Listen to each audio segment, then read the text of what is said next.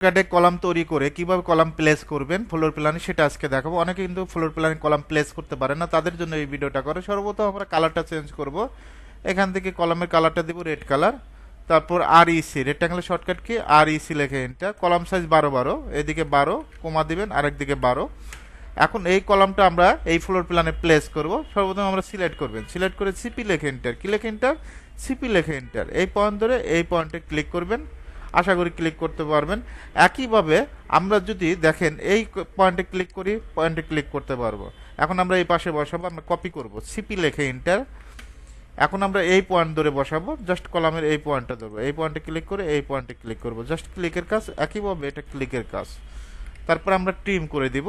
যে কোনো ফ্লোর প্ল্যানে কলাম এইভাবেই প্লেস করবেন। তারপর এই অবজেক্টটা ট্রিম করে দিবেন। একইভাবে এভাবে ট্রিম করে দিবেন।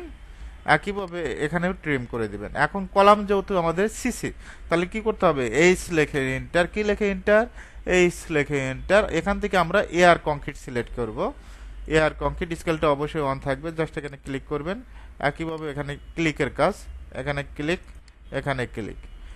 এভাবে চাইলে খুব সহজেই আপনি কলাম, যে কোনো কলাম সাইজ তৈরি করে কলামগুলো ফ্লোর প্ল্যানে প্লেস করতে পারেন।